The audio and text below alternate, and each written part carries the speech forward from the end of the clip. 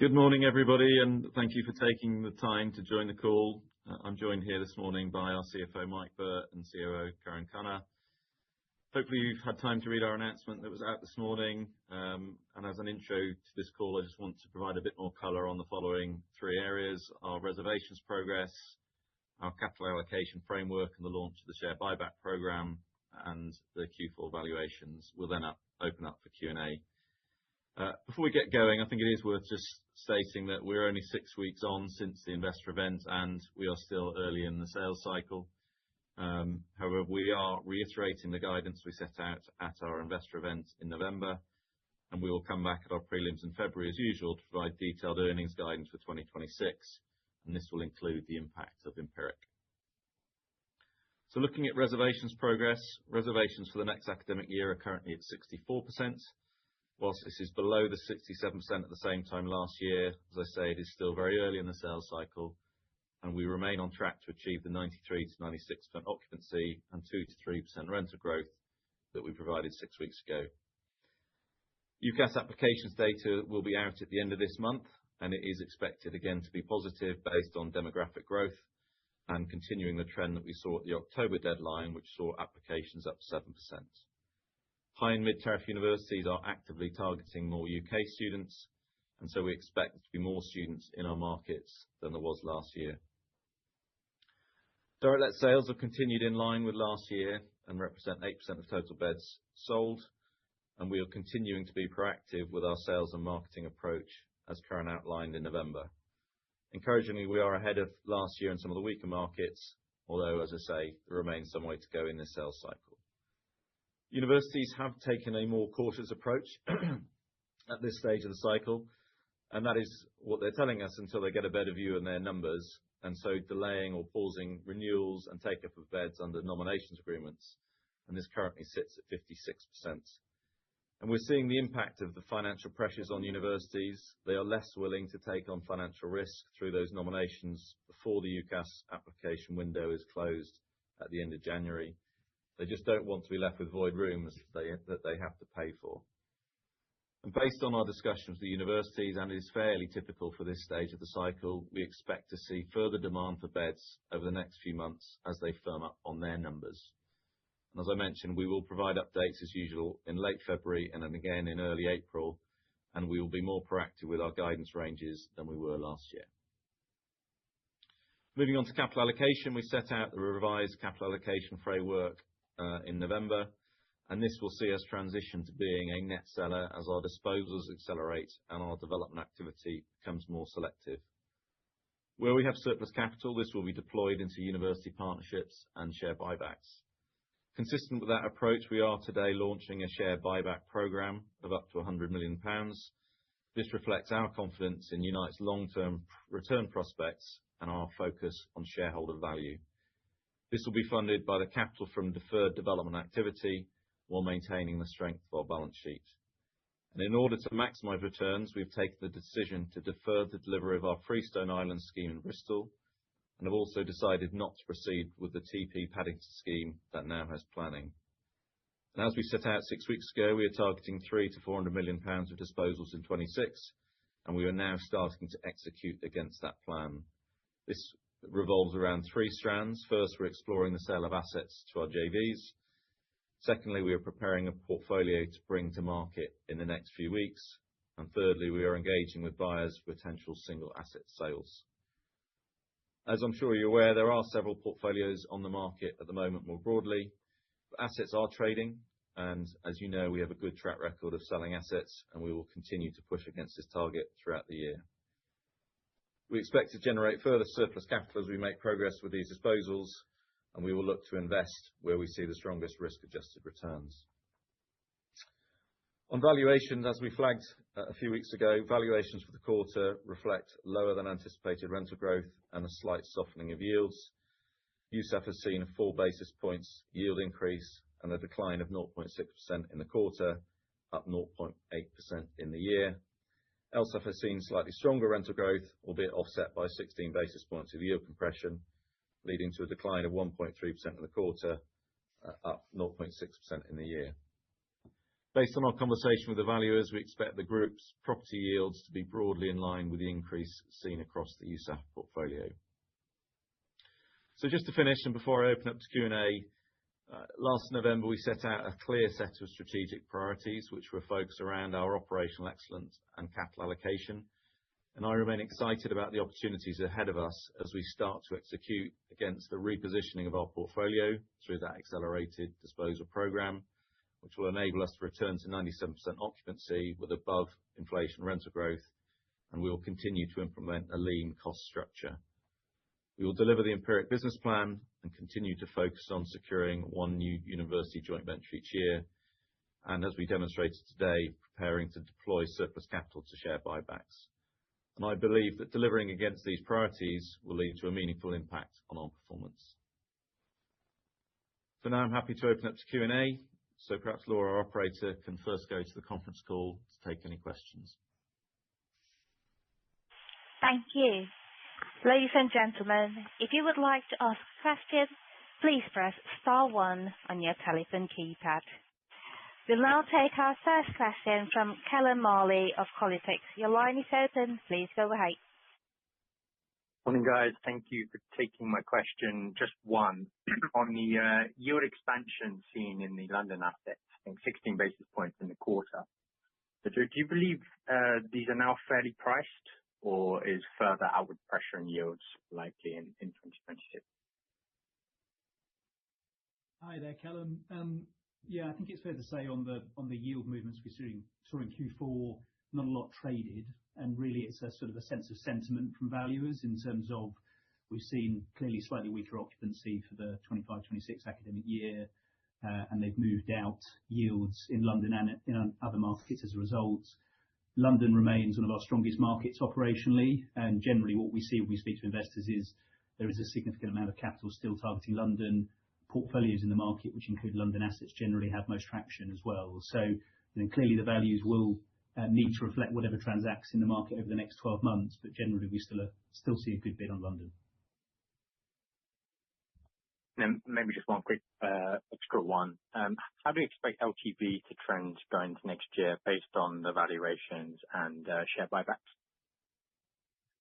Yeah, we can't give you a steer on valuations for next year, Callum, but in terms of net debt, the capital allocation framework sets out that we would be selling those 300 to 400 million of assets in next year. Our sort of capital investment in terms of the university partnerships and developments is about 150 to 200 million per annum. And then, as we've said, where we have surplus capital, we'll be reinvesting that. So I think it's fair to assume that net debt will be broadly stable, and that hopefully gives you a steer in terms of how the LTV might trend. Okay, thanks. Thank you. And we'll now take our next question from Andres Toome of Green Street. Your line is open. Please go ahead. Hi, good morning. Just firstly, just wondering that 300 basis points difference in university nomination agreements, how many actual university agreements does that equate to? Yeah, so we have agreements with over 60 universities, and within those agreements, generally we will speak into universities about the take-up that they will have each year. We have about 12% of our beds are renewing under single year or maturing longer-term agreements. So it's probably around a dozen universities where we've seen universities amending or deferring the confirmation of their overall numbers. On the flip side, we've also seen a few new universities come to us for beds. And so it's fairly normal at this time of year that we're having lots of conversations with all of our university partners just to firm up those numbers. But as I said, that they are just taking a slightly more cautious approach this year, which we feel is being driven by those financial pressures that they are feeling and wanting to ensure that they are not left with a financial liability based on having overbooked too many rooms. Thank you. And then my second question is around supply, and of course you are adjusting your pipeline ambitions, but how are you seeing new construction starts in the broader market evolving after a softer leasing year? Is the behavior of other market participants similar to yours? Yeah. Hi, Andres. I think we're seeing, akin to our behavior, people are finding it more difficult to make schemes work and stack up. I think, we're still expecting to see a similar level of supply in 2026 as we did in 2025. However, our sense is you will start to see a reduction in that level of deliveries from 2027 onwards. Clearly, when you look at our pipeline, where we're committed in the medium term is those on-campus university partnerships, where the schemes are unlocked through the relationships with the universities. We do think viability off campus is a lot harder, though, and that will see supply reduce.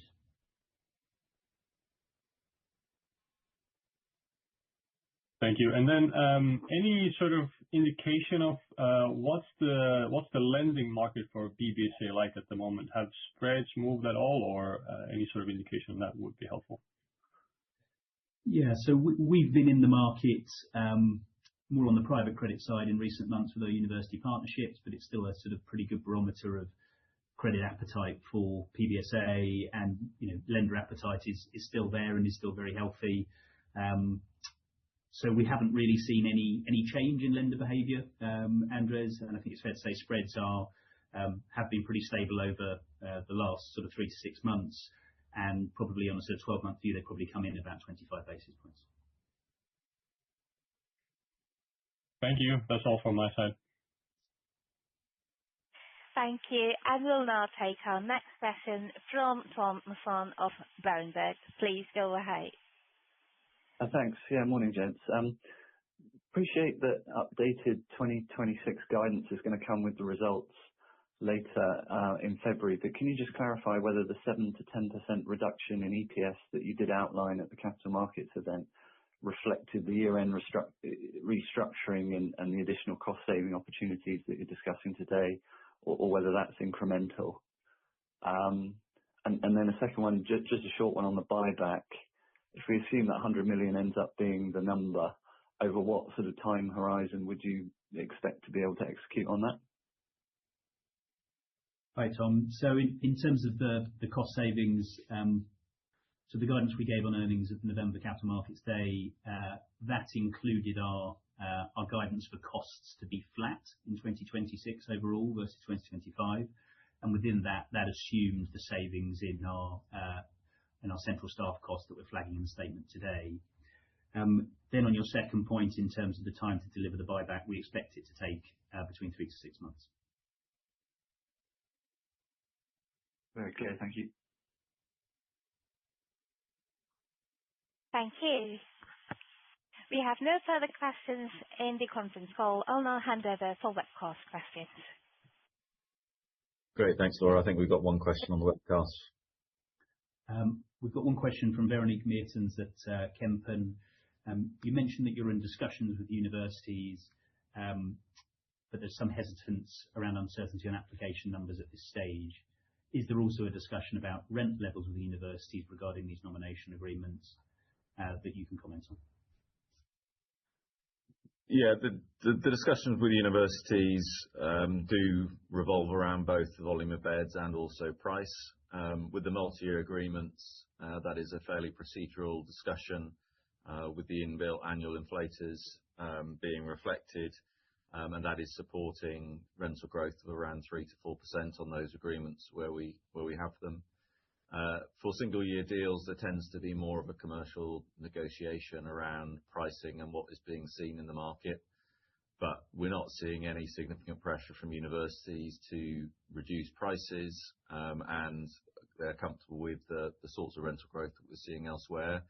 Probably the one pressure that we are seeing, and particularly given universities' greater focus on UK undergraduates, is for some of those newer contracts to be shorter tenancy lengths, so going from 51 weeks to 44 weeks in some of our strongest markets. So a little bit on tenancy length as universities want to focus more on UK students, but that is on a relatively small proportion of those additional beds.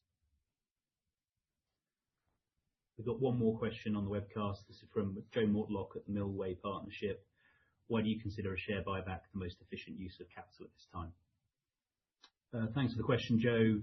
So as we set out at our investor event at the end of last year, we said that we would deploy surplus capital into our university joint ventures and share buybacks. with the university joint ventures, that's going to be led by opportunities. We would like to add another one of those university joint ventures during this year, but we're not at the point of being able to announce anything at this stage. And having made some surplus capital available through that deferral of development and the headroom in our leverage ratios, share buybacks today are the best use of capital on a risk-adjusted basis. Great. Well, thank you all. I think that picks up all of the questions on the webcast and therefore concludes the call. So thank you all for joining, and we look forward to catching